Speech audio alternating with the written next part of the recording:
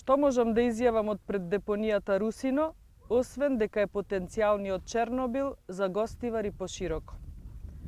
Велат дека е виновна само локалната или само централната власт или и двете заедно. Јас велам дека не треба да се заборави и факторот човек. Во овој случај, факторот и жртвата се исти, а тоа е човекот. Како носителка на листата на ВМРО-ДПМН и коалицијата Обнова на Македонија, во чија што програма една од 6 стратегиски определби е заштита и унапредување на животната средина, изјавувам дека итно ќе се зафатиме за решавање на прашањето на нерегулираните депонии, каква што е Русино, за жал. Во првите 100 дена од формирањето на владата, ќе следи и безусловна забрана на увоз за опасен отпад.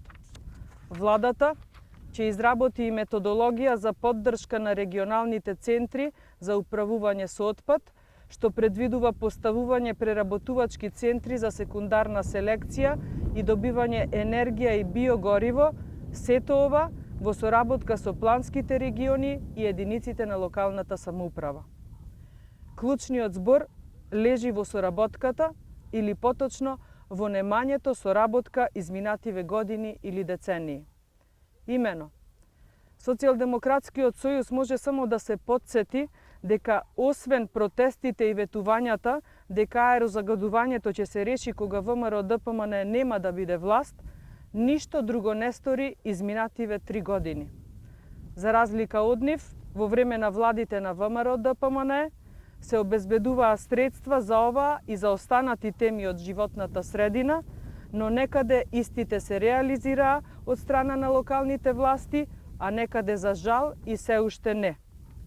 Така, ќе ги наведам реализираната пречистителна станица за питка вода во Гостивар, 1.200.000 евра за водоводот во Тетово, 100 милиони денари за регулација на коритото на Вардар во Егуновце, пречистителна станица во Теарце и така натаму. Конечно, единствен начин да се реши проблемот со Русино е да се изгради посебен канал за испуштање и третирање на отпадните води од отпадот. Во меѓувреме, да се најде и соодветна локација за да се инвестира во постројки за рециклажа на отпадот од Русино. Како што кажав претходно, за да се спроведе ова, потребно е поголемо залагање на централната власт, односно Министерството за животна средина, но и соработка со локалната власт.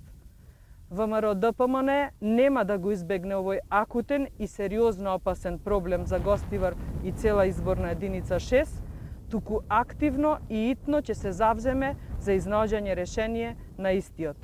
Обнова мора да има и за ова прашање. Таа обнова доаѓа од 15. јули. Ви благодарам.